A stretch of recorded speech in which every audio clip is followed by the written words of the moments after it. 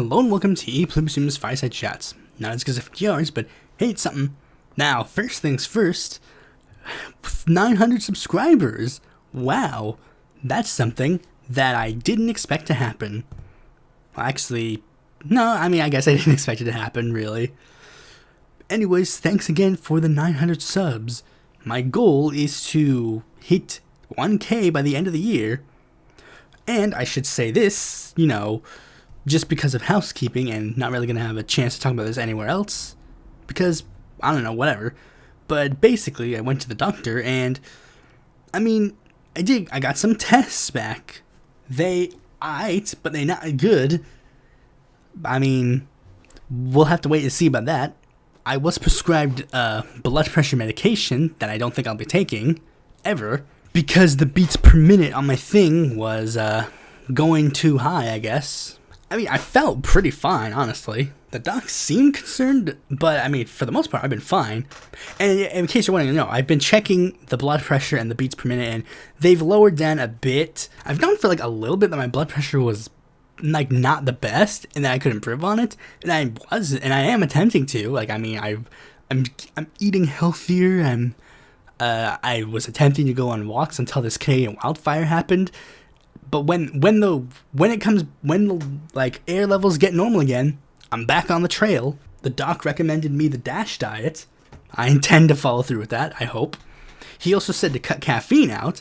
So, it's a process. But anyways, here's the results that he gave me, just so you understand. And then I'll counteract it with the results that I have right here. That I'm going to take live on air. Okay, so the results that I got were 150/90, and the pulse was 118. Alright, so let's take a look at this, see how it's improving right now. And again, I'm doing this live right now.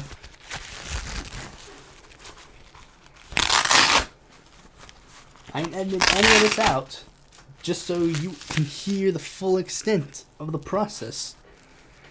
Okay, measuring it so that it's like a little under 1 inch over the thing, and go.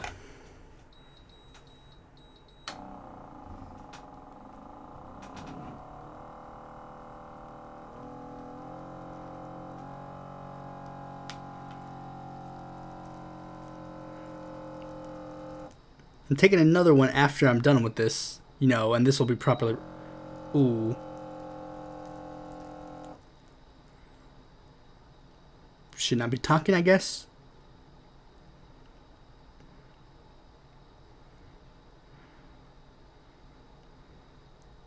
The setup's a bad idea to do this.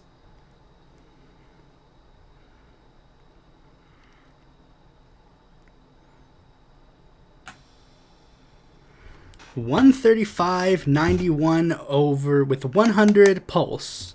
I understand 100% that's not the best ones to get. But again, I'm working on it.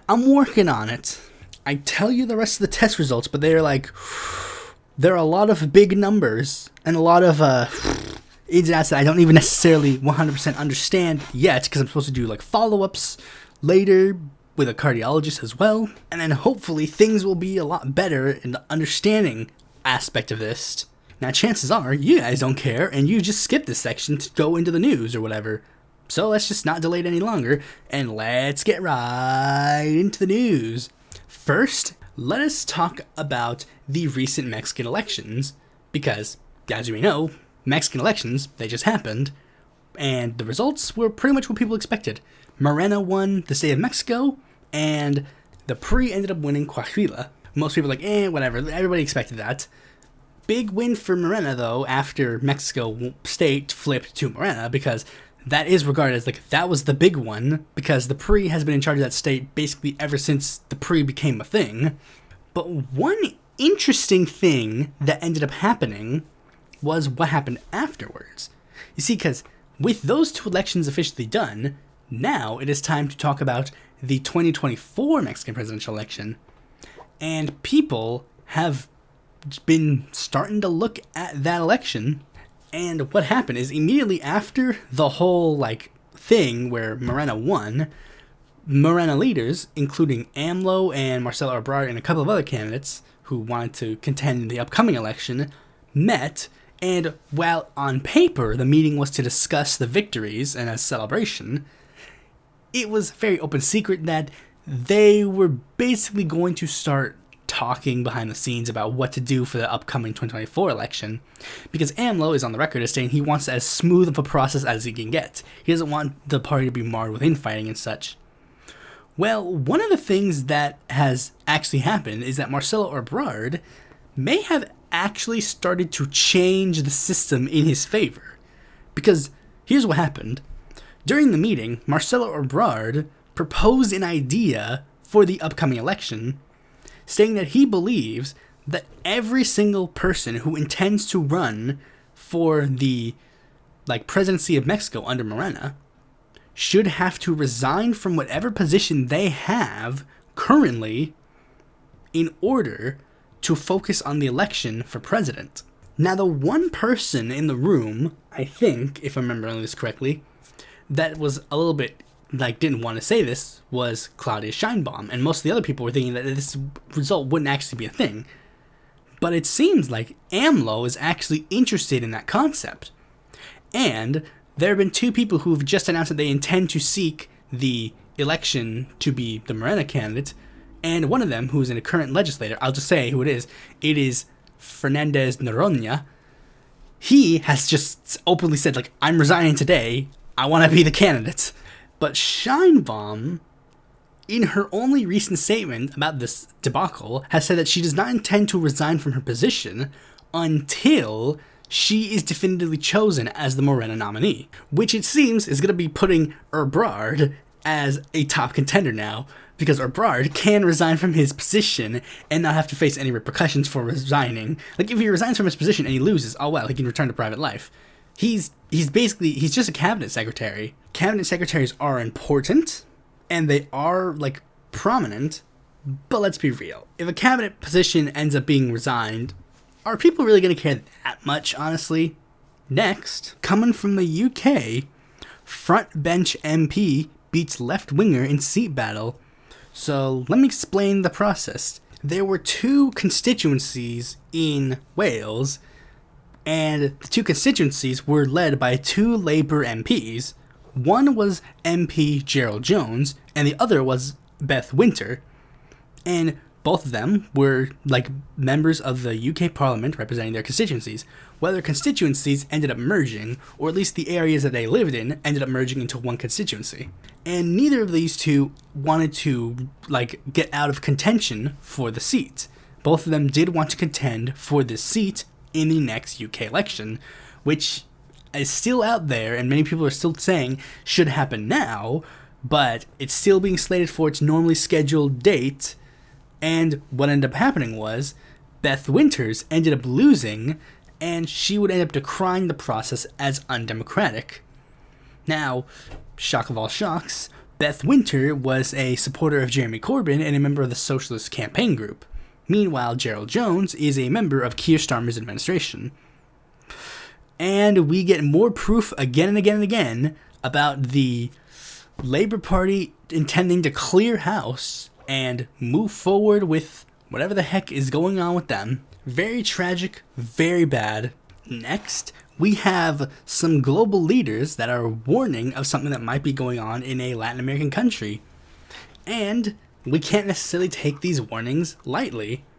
So, a group of prominent leftist leaders, prominently through, I think it is Progressive International, were the people who were sending around this a letter, warning that there could be a soft coup underway in Colombia, accusing the country's opposition of illegally working to remove President Gustavo Petro and many of his key allies from power.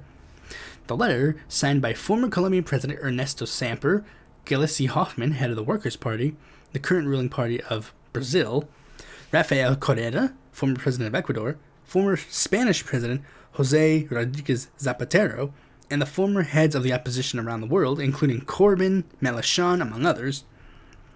Basically, here's what is the situation. I heard about this first, and then I'm what is the situation? Well, here's what's going on, because currently Gustavo Petro was doing something. He was doing like a thing to try and push for pension, labor, and health reforms. And what happened is that Congress is now in a standstill because allegedly Gustavo Petro, former members of his administration, were given bribes. So due to this, they're saying that those people who are affiliated with those people should resign, and so should Petro. And now his reforms are kind of on the chopping block. I don't know the full ins and outs. I don't know if he's legitimately doing this thing, or if this is a thing that the opposition made up. Very likely situation for the latter.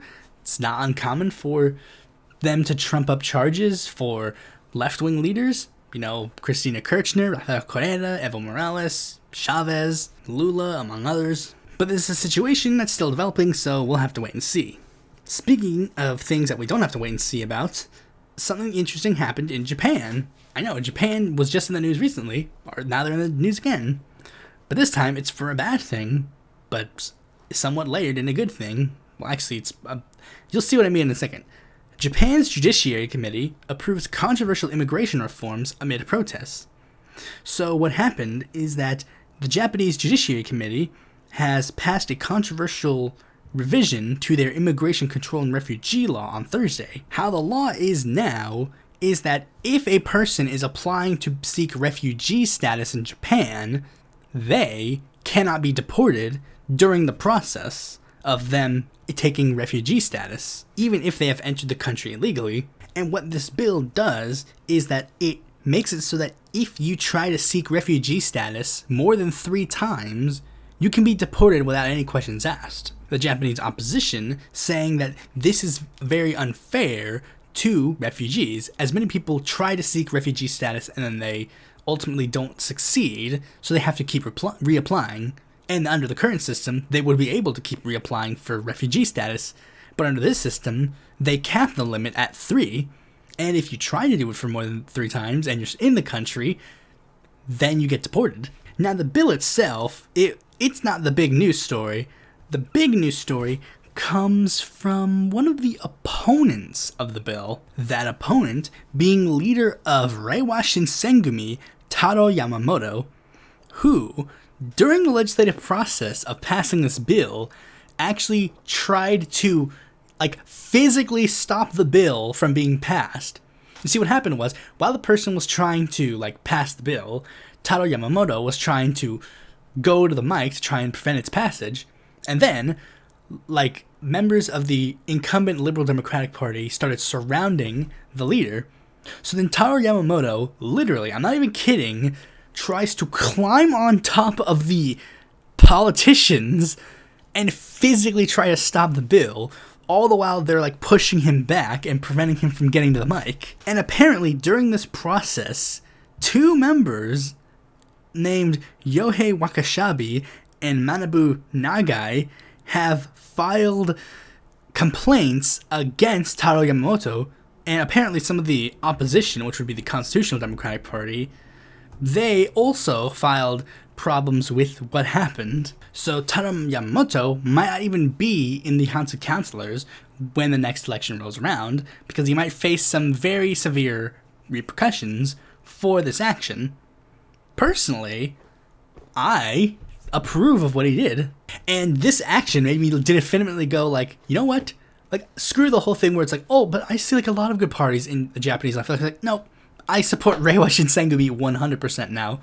The fact that Taro Yamamoto was, that's the thing, Taro Yamamoto, he is the candidate and the guy who legitimately cares about the underprivileged in Japan. He literally tried to stop the people from passing a bill that would hurt refugees. You don't see a politician willing to do something like that to fight for a cause, and I do commend them for that. Speaking of caring about the underprivileged, let's talk about a politician who pretends to do that. Gavin Newsom. Newsom has announced that he is pushing for a 28th Amendment to the United States Constitution. This 28th Amendment seeks to try to change U.S.'s gun control laws. What the amendment seeks to do is raise the federal minimum age to buy a firearm from 21 to 18, mandate universal background checks, institute a reasonable waiting period for all gun purchases, and ban assault rifles nationally. Is this going to go anywhere? Probably not. The only thing that I could see this as doing is potentially making it so that Gavin Newsom has a platform planning to run on in 2028. There really isn't much else to say. Even the article that I got this from says that it's a chaotic type run. Like literally, this isn't working. This isn't going anywhere. But commendable effort, I guess. Personally, if I were to do an amendment, I would do like an amendment that makes it so that there's like a national health service or something. Next story, the Supreme Court backs landmark voting rights law, strikes down Alabama congressional map. The justices threw out a Republican-drawn congressional district that a lower court said discriminated against black voters.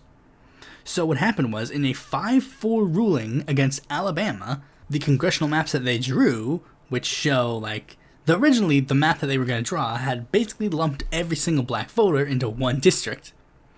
And now that's not going to be a thing, and apparently this ruling also will cause a ripple effect to a lot of other areas that have racially gerrymandered things. I've heard people say that this will inevitably be a thing that goes on in Louisiana. That's one that I remember definitively seeing. Then there's Georgia, and I think South Carolina. What most people say is going to happen is that basically they're going to draw like, they're not going to draw like, many other ones. What's going to happen is that they're just going to draw another like Democrat-leaning district in most of these areas, or like one that is considered swing.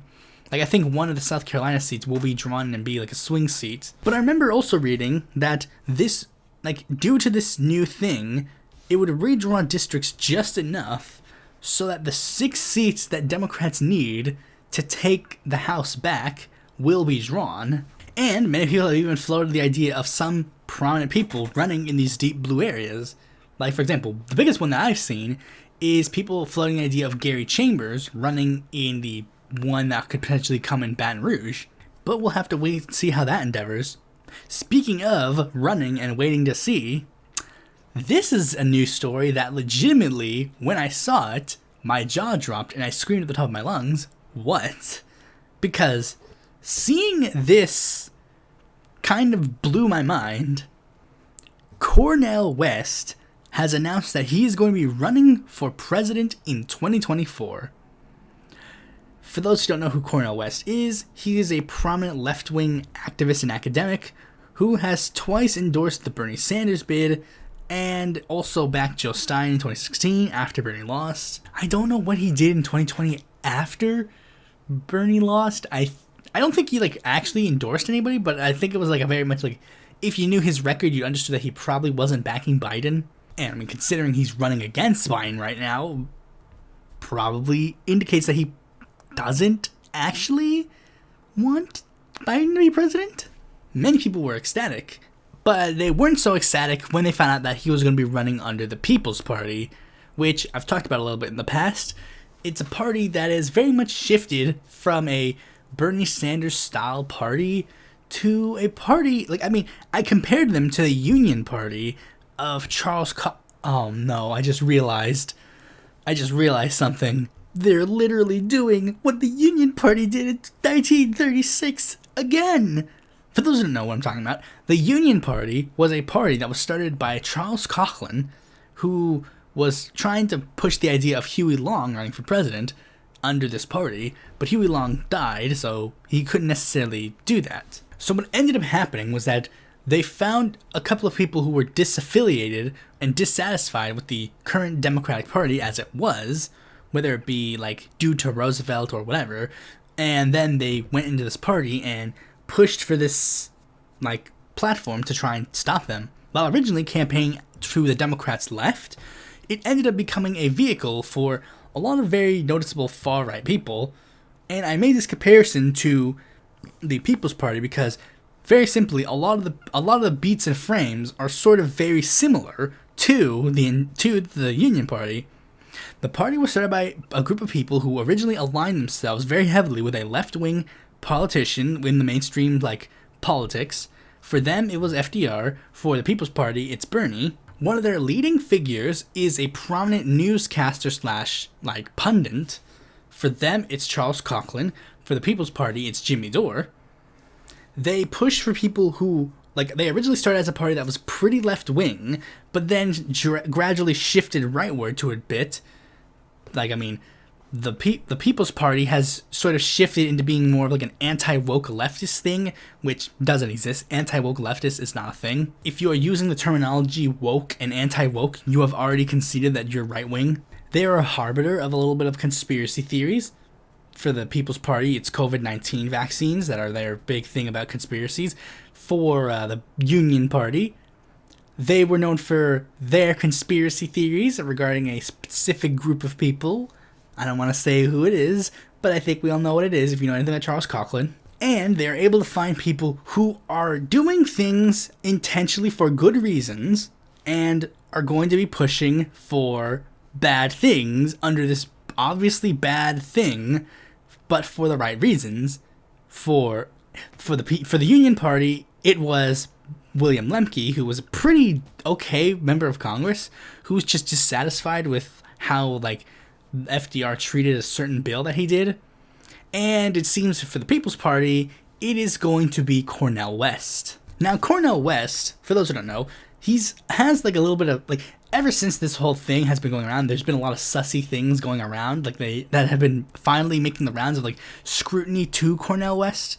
One of the big things being that he has very much worked with a lot of right-wing professors, mostly due to the fact that Cornel West is religious and they work on a lot of religious studies together, and they're a part of a lot of fellowships in regards to religious studies. Cornel West also has praised Ron DeSantis for something. I don't remember what it was. It was something related to COVID, I think. No, wait. It was something related to schools. It was it was something he was trying to do something where it's don't let the patrioticness be exclusively right-wing. And a lot of people have tried to say things oh, Cornel West, why are you running with the People's Party? Why don't you run as a Green or as an independent? And have people say, rightfully and wrongfully, oh, if he was doing that, you wouldn't support him then either. You would just move the goalpost, which is true. A lot of them would just move the goalpost. This is basically how it is. Some say, why doesn't Cornel West run as a Democrat? And then they go, okay, well, he's not going to run as a Democrat, but why doesn't he run as a Green or independent? They know that they wouldn't back him then either. Now, not to say that they shouldn't say that he shouldn't run with the People's Party. People's Party is not that good of a party. It is very obvious grift. A lot of people are making money, and one of the criticisms that has been levied is that Cornel West has not filed with the FEC yet, and yet he's raising money. Where's the money going? Which is a trend that has consistently levied the People's Party.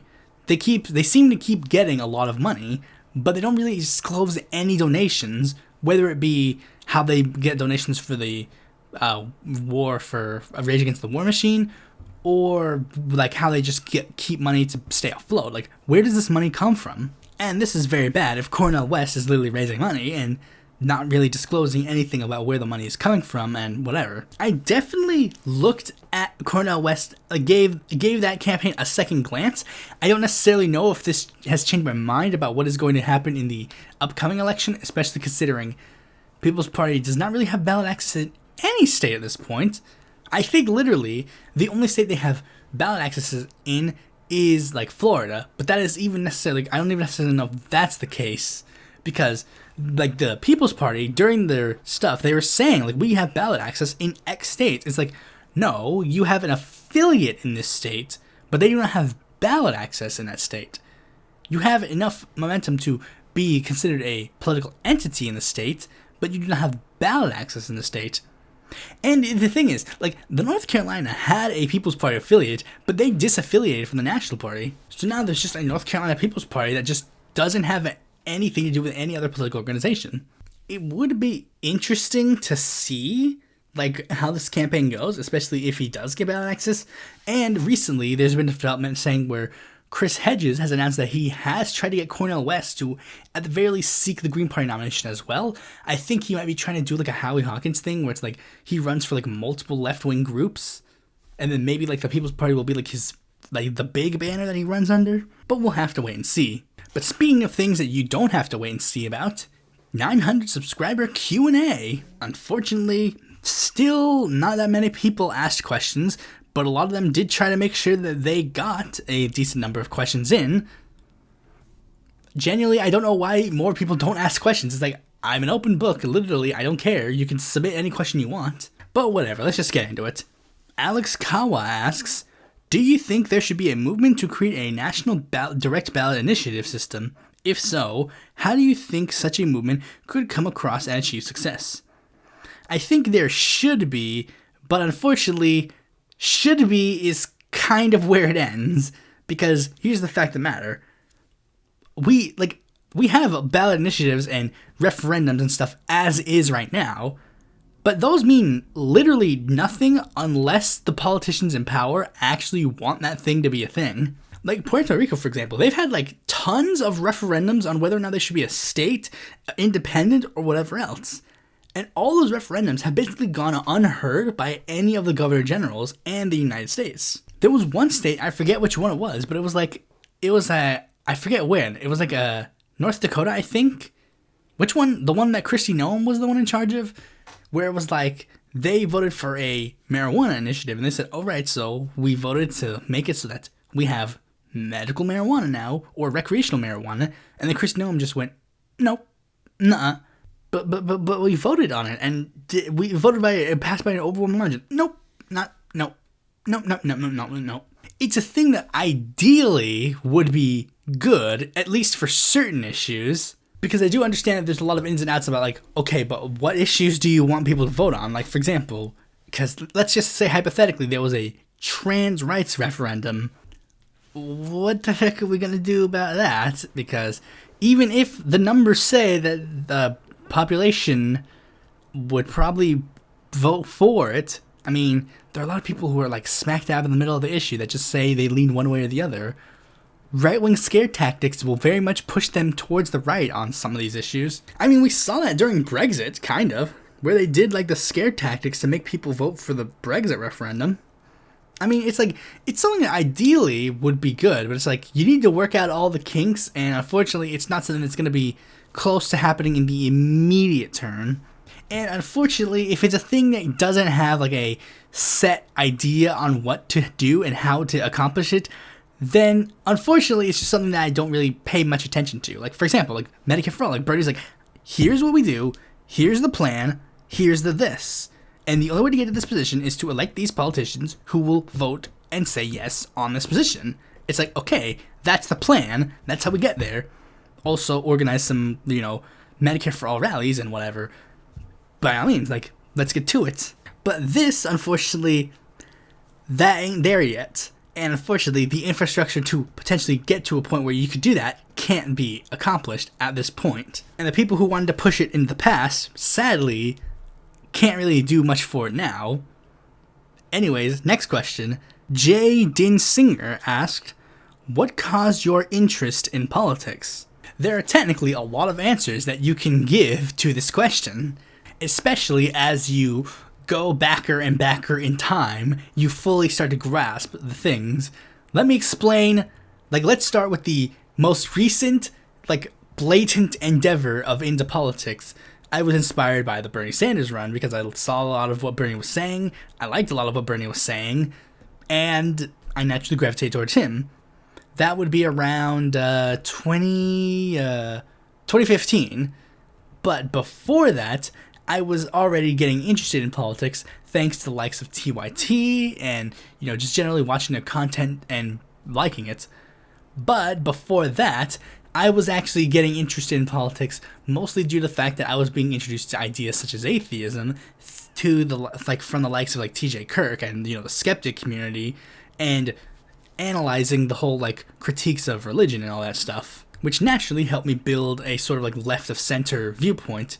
But that didn't happen until before in 2011 when I started being introduced to these things in middle school. The gays. Some students in my class were gay and they were my friends. So I'm like, but I thought they were the ickies. I thought they were icky and gross. But it's this person's cool. What? But wait, My favorite Power Ranger? Billy is gay? What? What? Which made me realize that the religious upbringing was probably not necessarily that accurate to the real life as I was originally thinking. But then, before that, I was generally interested in history throughout basically a lot of childhood. Like I don't know if people remember this. Do you remember those like small books? They were like small blue books which had a picture of a historical figure on the front. I would like just get those in the library at school and then just read them in the weekend. They weren't like that big. They were like relatively small books. But I was interested in a lot of historical figures, which included a lot of political figures. Teddy Roosevelt, Abraham Lincoln, generally a couple of other historical figures. I was just generally interested in a lot of history when I was younger, so it was a natural forte. But I think one more level backwards that you can place is my interest in Star Wars. Because I freaking love Star Wars, and I grew up during the prequel era. And that era was chock to the brim full of politics. And the OG trilogy also chock to the brim full of politics. So maybe that was the true beginning. So, short answer, a lot of things that are connected together that very much are really hard to describe, honestly. Alan Katz asked, so if you could live anywhere in the world, where would it be and why? Same with the US state and territories. Now, the place that I would want to live is right here in my home state of North Carolina. But let's give you a hypothetical scenario where North Carolina implodes and somehow I am already outside of the state when it happens. Where would I go? And I would assume all my fare is covered and whatever. If I had to choose a state? Honestly, I don't really know. Like, states are where it gets complicated because, like, I mean, some areas that you would think that I might want to live in, like New York or California, because those are with the big, like, that's the big areas of the U.S. That's where most people would want to live in. And it's like, I don't want to live in, New York because New York is filled with smog every day, and so too is LA. Like, I mean, I was complaining about the, like, smog systems in North Carolina being freaking yellow. Like, I was complaining about it being yellow and orange, and that's basically what New York is, like, all the time. Plus, since those are the highly densely populated areas, that's where a lot of the mass shootings happening. So, California would only be good for, like, influencer points, I guess. And maybe I could actually, like, get the friggin' ideas that I want for, like, TV shows or movies to be made. I don't know. The closest answer that I can give is like a blue area with a similar climate to North Carolina. If there's a state that fits that category, by all means let me know, and that will be the one, I guess. Or maybe an area where there's people that I know that we could probably do more collabs in, like, I don't know, Sunflower Socialists is in Maine, I don't know, maybe there. There's another mutual who I think is in Massachusetts, but that mutual has more interesting endeavors for me in that area, but now, worldwide, that's where things get a little bit more tricky, because, like, let's just say, I'll give you two ones. First, if I couldn't, like, learn the language of the place before I moved, I would choose probably Canada, just because, like, Canada is an easy, like, as much as I crap on JJ for saying, like, oh, Canada and the US are so similar. They kinda are. They are kind of. It would be easy to adapt to the Canadian political system, at the very least. I don't know if I'd be able to vote there, but, you know, I think it would be fine. Plus, there'd be a party there that I actually kind of like. Plus, free healthcare, yes! But if I could speak the language of the place that I go to,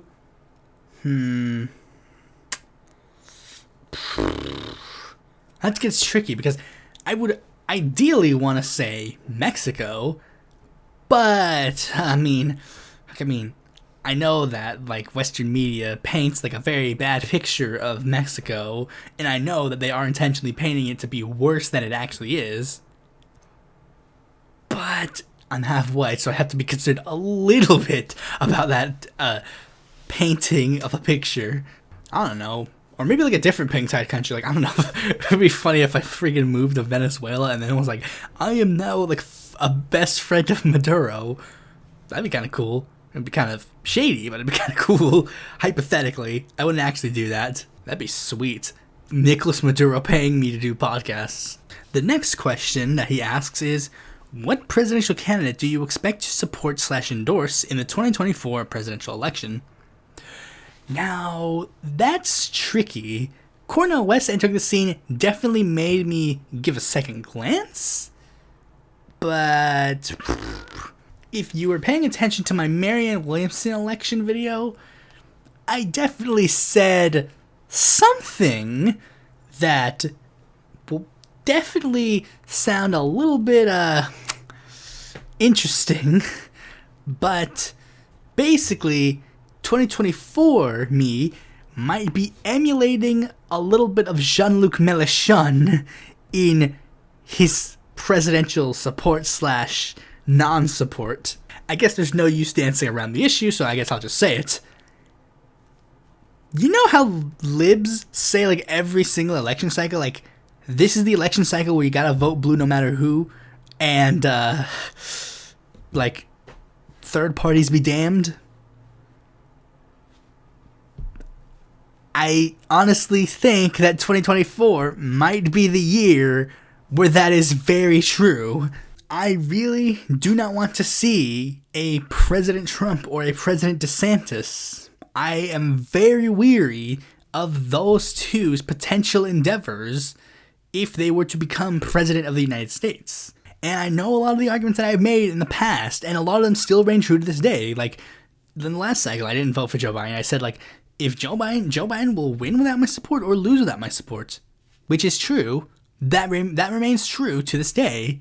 But the fact of the matter is, I really don't think that there will be any like prominent left-wing candidates on the ballot that I think would actually be beneficial. Like, the Green Party has essentially imploded itself on any sort of relevancy that they've ever had. Cornel West of the People's Party, I don't trust the People's Party, and they probably won't even get on the ballot in North Carolina anyways. I'm not going to vote for the Free and Libertarian Party, and I don't think it is good to not vote at all. I think not voting is legitimately a bad decision and a very terrible short-minded decision. And again, Trump and DeSantis would make terrible administrative leaders.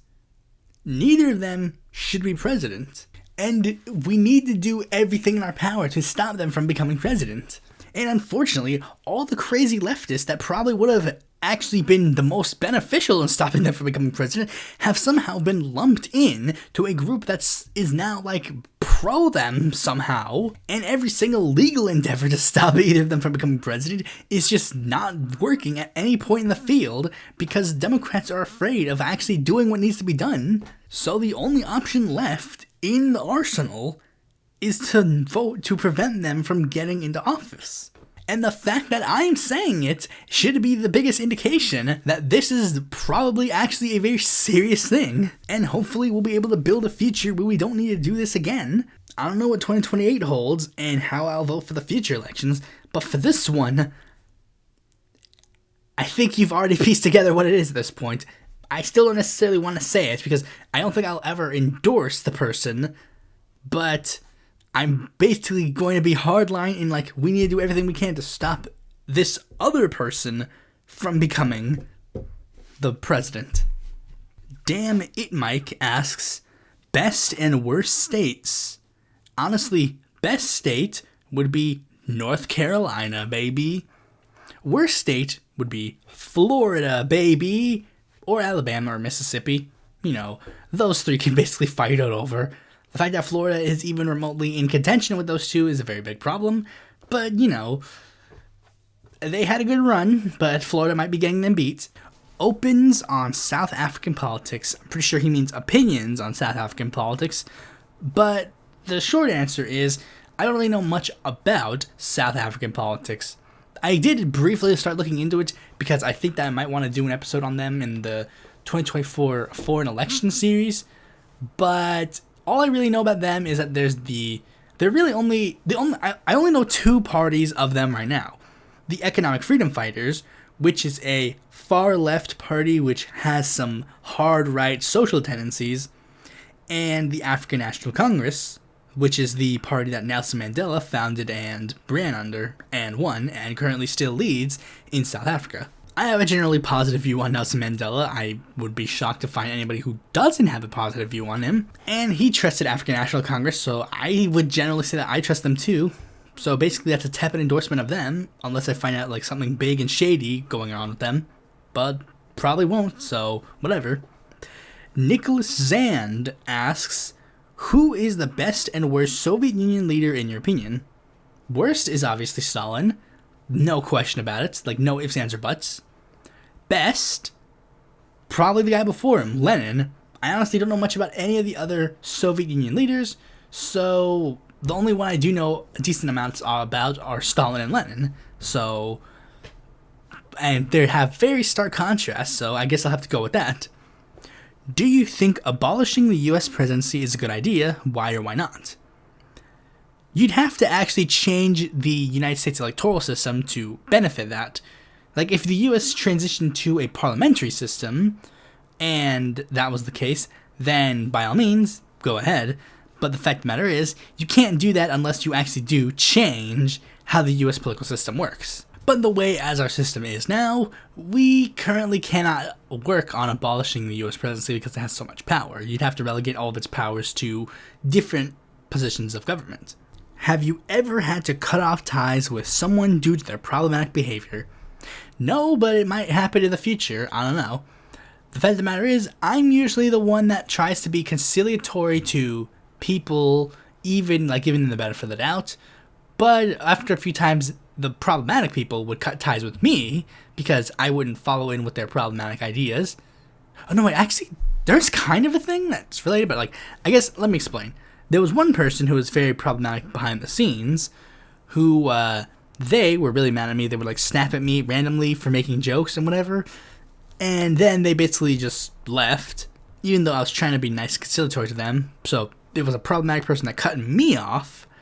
Then there was the Brian Bakunin, who is now Disco Brian, who was a very problematic guy, but I didn't really let him in. See, that's the thing. I usually don't let problematic people into my life to begin with. Like, if they're problematic, I really just kind of, like, remove them from the endeavor already. Like, I don't even let them in. No, generally, I don't let many people in at all, so if you're in the circle, then congratulations. But the fact of the matter is, even a lot of you who might think you are in the circle, you probably aren't. And then there was that one time that I had to leave all of, like, the G-Hive groups and whatever because I was just sick and tired of all the drama and, like, toxic stuff going on in there.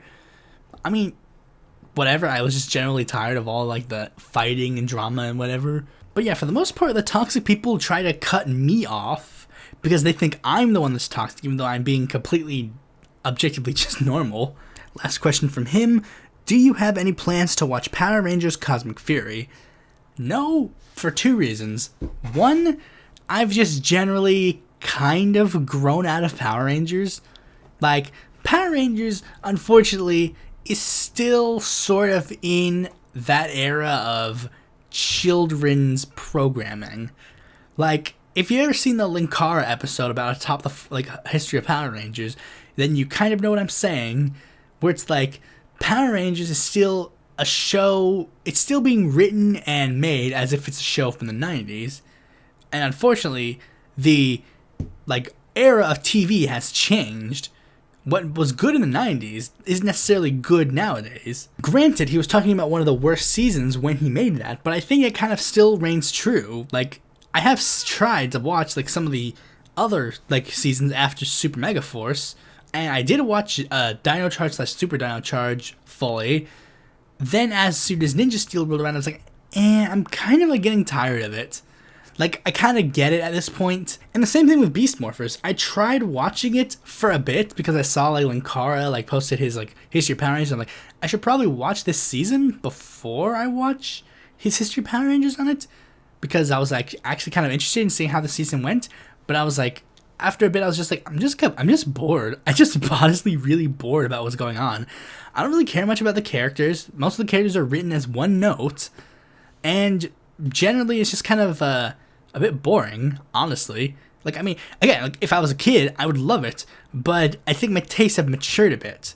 And that is where Super Sentai has filled in the gap, because Super Sentai is basically Power Rangers if it was PG-13. They're allowed to tell more edgy stuff. They're allowed to, like, say lewd words. They're allowed to have, like, lewder plot lines and lewder characters and, like, everything else, like, that entails, like, a PG-13. Like, they're allowed to have deeper stuff. Like even some of the stuff that I have seen, like, I mean, I'm actually kind of glad that there are a lot of, like, Sentai seasons that I just never saw the Power Rangers version of.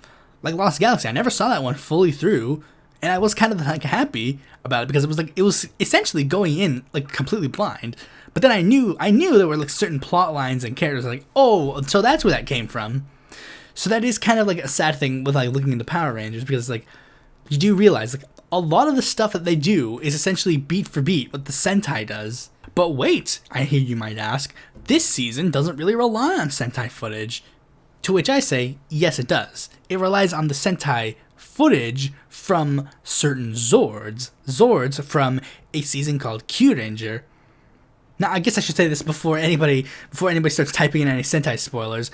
I've only seen from Jetman to Hurricaneger. I'm only going by the Shout Factory official releases for the seasons, so hopefully for my birthday or sometime soon, I will be able to get the 3 other seasons that I haven't seen yet. 5-Man, Abba Ranger, and Deca Ranger. Deca Ranger and Abba Ranger, I'm actually very interested in seeing, because those are the 2 seasons that I did grow up on in America.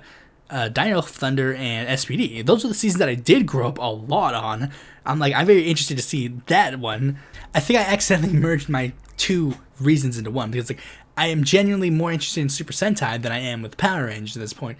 I do still, like, check out some Power Rangers stuff. Like, I did see that, like, Once and Forever one, but I'm more interested in, like, the older one, like, the stuff that definitely appeals a lot more to the older demographic.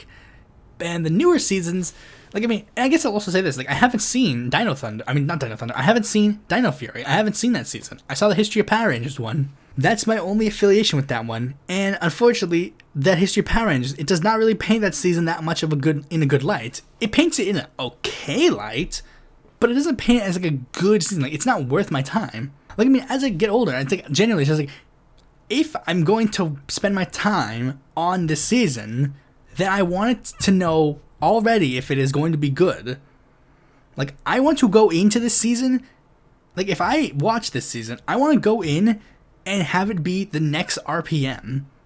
For those who don't know what that is, RPM is regarded as one of the best Power Ranger seasons ever. I want it to be one of the, like, in space. I want it to be, like, a really good one. I don't want it to be, like, mediocre for Power Ranger's sake, or okay for Power Ranger's sake, or flat out bad.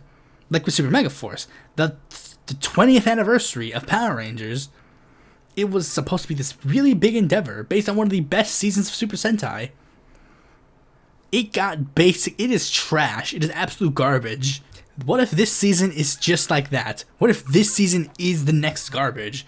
What if this experiment of completely new, like, footage versus the Sentai stuff, what if that is just completely garbage? And I might say, that didn't they do that before? It's like, yes, I get it. But it's like, what if it fails? So the short answer, probably not. Anyways, next one, the person who asked the most questions, Snarky McCarthy. They even made a joke where they said, like, internet breathe-in before they go into it. Okay, so favorite alternative voting method, I would probably go with instant runoff voting. It's probably just the one that makes the most sense. It's the easiest one to explain to most people, and it just kind of, like, gets the results done faster. It's basically just a continuation of the runoff system that some states in the United States currently have, where it's just like, we just skip to that end right here, right now. Alternative voting method you don't like, basically anything else that isn't instant runoff voting. I've seen a lot of other, like, people trying to push for other ones, like star voting and whatever else. But it's basically all that stuff is adding more complications to instant runoff voting's simplicity. And let's be real, like, a lot of politicians literally run on the fact that instant runoff voting is complicated.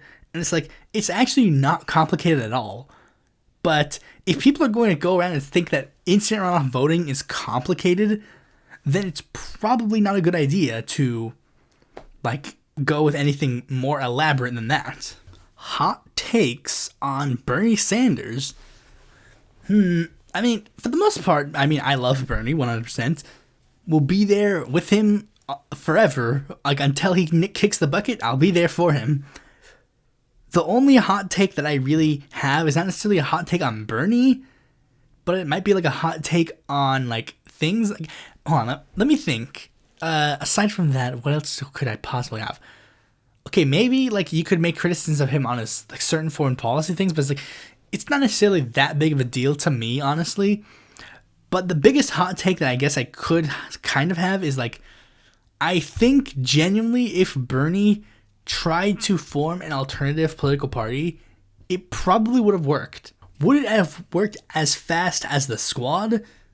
I don't know, and I don't necessarily think it would have, but it probably would have worked if he did form another political party. If he joined up with the People's Party, I think it actually could have been beneficial for both the People's Party and Bernie, but only if Bernie is, like, the one that, like, actually takes charge in that endeavor. There are a lot of third parties where if they legitimately just kept the ball rolling, they probably would have kept going and become prominent. I think the Progressive Party that Teddy Roosevelt ran under, he actually would have been in a very good position if he continued on that route. It probably would have taken up to 2020 to form, like, an actual political base, and maybe he could have continued that route to form, like, a whatever. I don't know. He wouldn't have won the presidency, I don't think.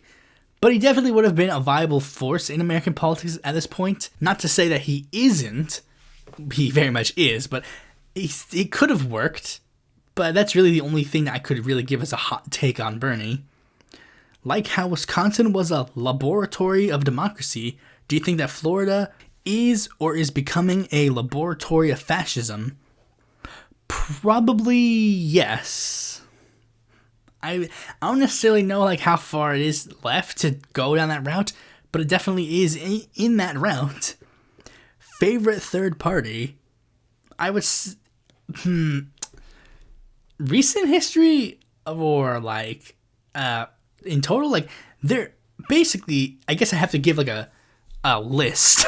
It's funny. I have to give, like, a list. A mini list in this endeavor, because there are a lot of people in parties that I could technically put into contention. So a short top 5 list of the best political parties in U.S. history. Number 5, the People's Party. No, not the one you're thinking of. The old school People's Party, the Populists. Them raising the issues of bimetallism and becoming a prominent political force outside of the two-party duopoly. Fighting on the behalf of farmers and, like, workers around the United States.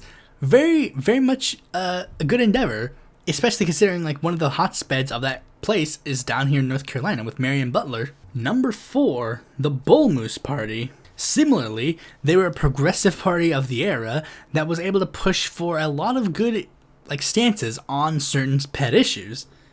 And I think, genuinely, if Teddy Roosevelt continued on this route, he would have actually been able to form a prominent political party of the era. And again, not to say that it wasn't prominent, it did become very prominent in a very interesting way, but I think if they continued, they would have been a very viable third force in American politics. Maybe they would have still been around to this day. I don't think so. Maybe they would have stuck around until, like, FDR rolled around.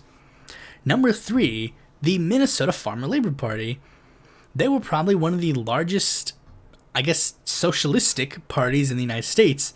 Very prominent, which is one of the reasons why the current Minnesota Democratic Farmer Labor Party is one of the more left-wing endeavors of the National Democratic Party.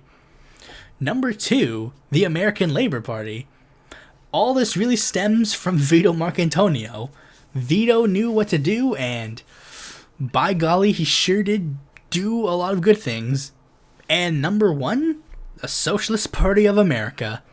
Probably the only major anti-capitalist party in the United States that actually managed to get somewhere. Closest people who could even come close were the Communist Party, and they had to run their members in Congress in secret. Meanwhile, the Socialist Party members could wear their membership on their sleeves. They are good, and I ideally would want more power to be given to them for certain pieces of legislation, but unfortunately, it's not really going to work unless we have politicians in power that actually are for said ballot measures, because a lot of them don't even want to pass them. Or at least ones that are agnostic on the issue and will just let it pass. And then devil's in the details where it's like, oh, they want a blank tax cut, but what is this tax cut going to entail specifically? Then the politicians work out the devil's in the details, and sure enough, things don't look so good. Think we should focus on more ballot measures than candidates? No, I don't think so. The people who think that we should focus away from candidates are not serious in their political endeavors.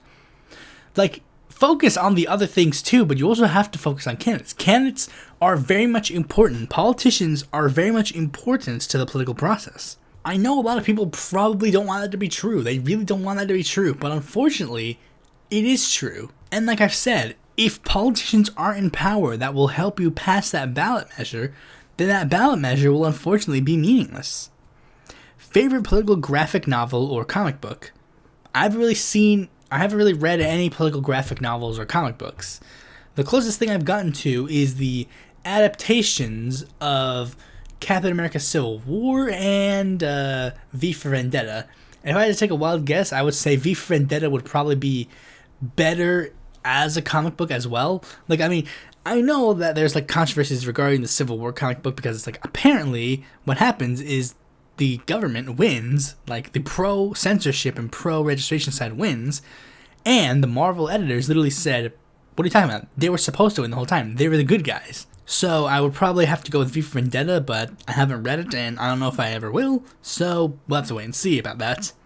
Fan of Spec Ops: The Line? No. Think there should be a greater focus or push on electoral reform, particularly alternative voting?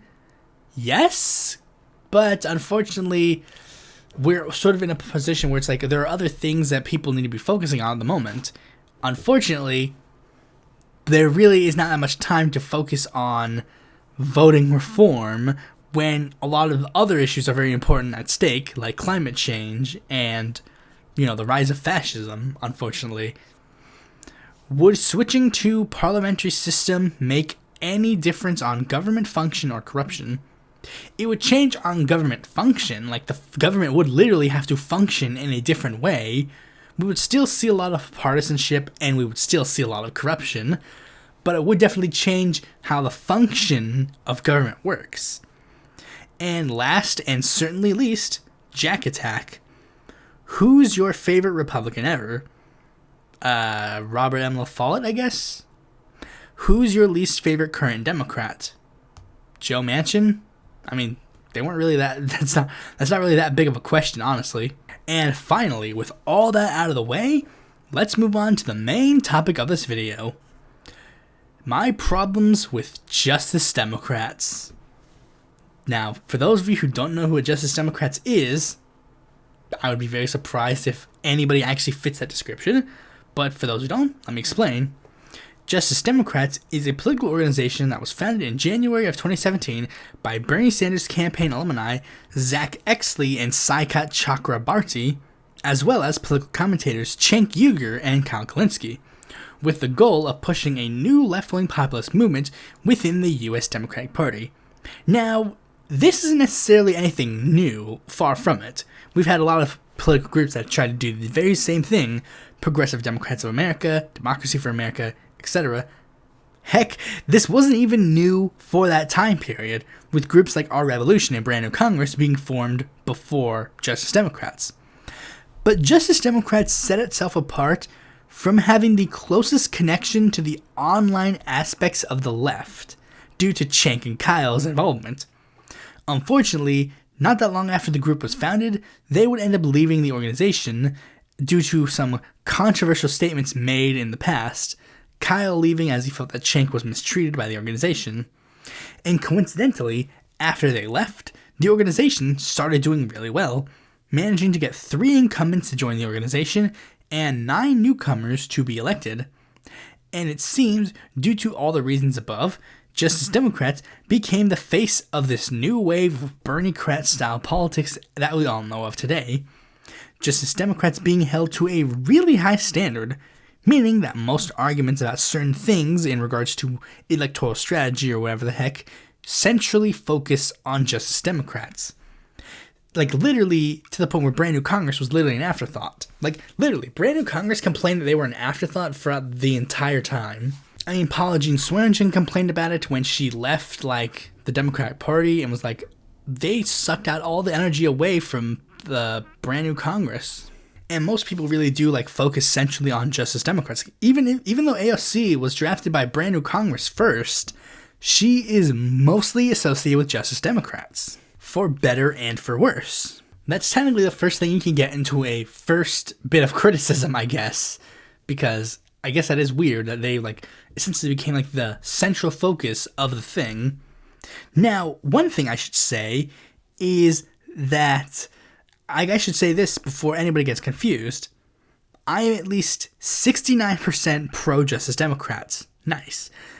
Like, I mean, I like every single politician that has been elected, like, as a Justice Democrat to various degrees. But, like I've said, none of them are immune to criticism. And as such, let's get into some of the bigger quote-unquote criticisms. This is another one that I was kind of shocked that people would win about, because this is another one where it's like, I have a lot more positive things to say than negative, but we'll get into the negative.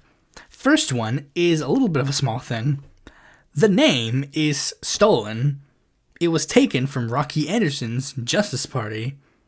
Anderson said that he allowed Chang to use the name, but it is kind of dumb that they used a name that was already in use. Although, to be fair, it is a better name than what they intended for, because apparently Kyle Kulinski, when he was floating the idea, he wanted it to be called the Left Tea Party. Get it? Lefty, and Tea Party. And get it? They're the Left Tea Party. They're the Tea Party of the left. Get it? It's kind of embarrassing. Also, I guess I should say this. As the name implies, the organization only runs Democrats. Minor criticism, I know, but I do like the idea of building infrastructure outside of the Democratic Party. But what about DSA? I hear you typing. The difference between Justice Democrats and DSA, aside from the obvious ideological differences, is the fact that Justice Democrats needs the Democratic Party, but DSA only does it out of convenience. I think, in my heart of hearts, that if DSA could become its own party, it could. Like, it 100% would and could.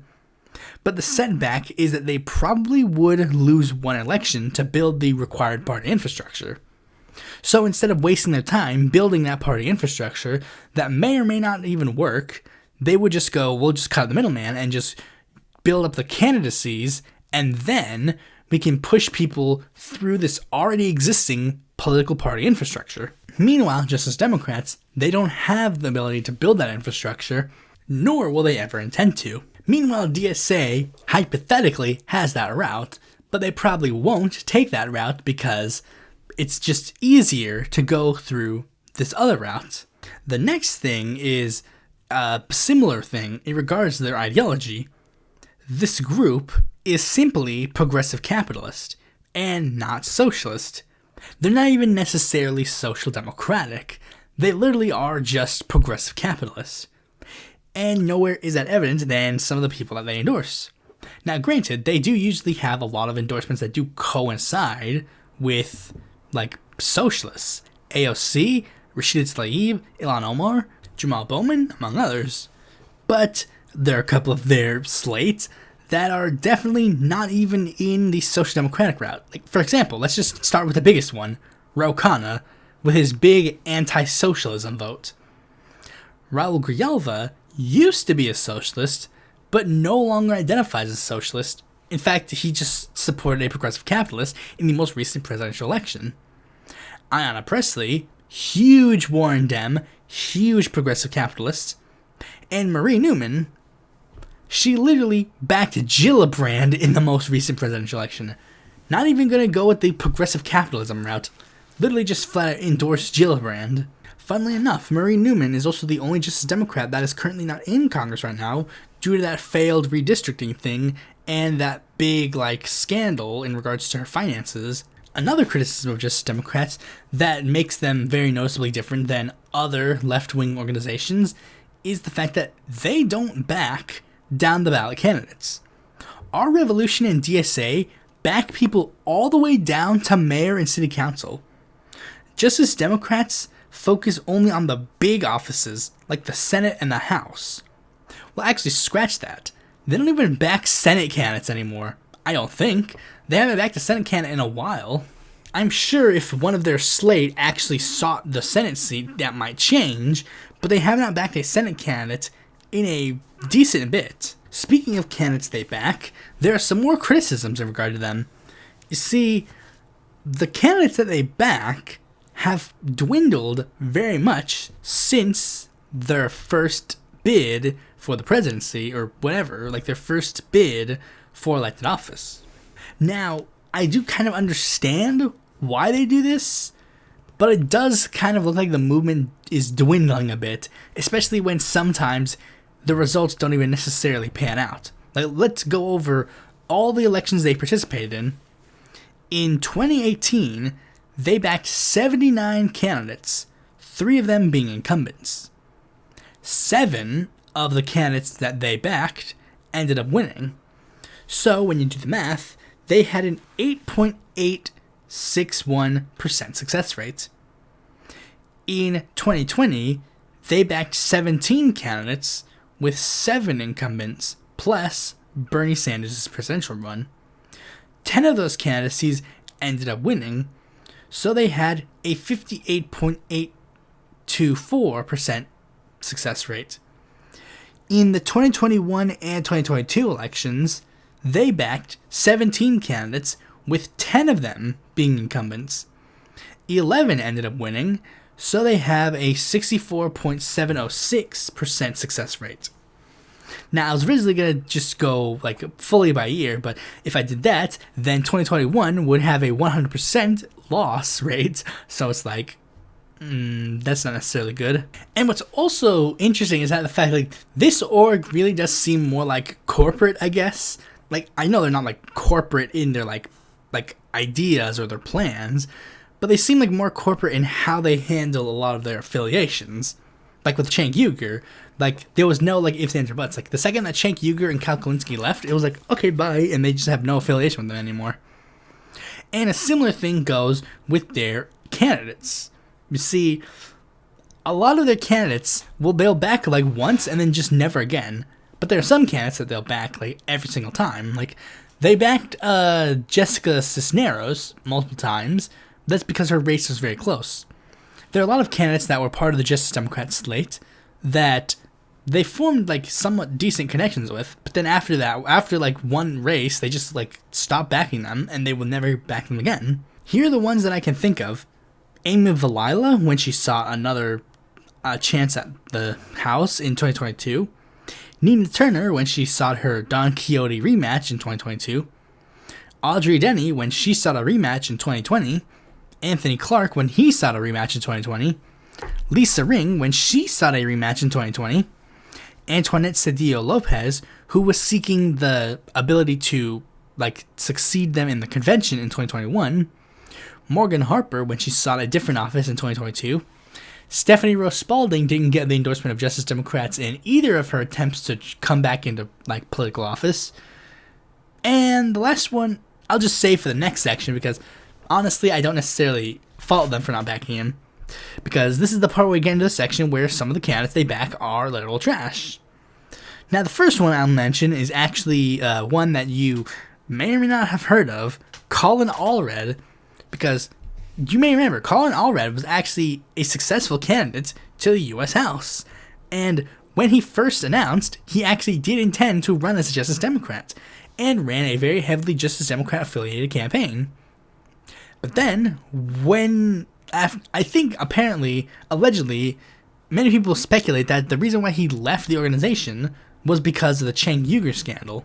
And afterwards, he became a new Dem and sort of like a centrist-oriented Democrat. So, kind of odd that that guy ended up becoming part of their group.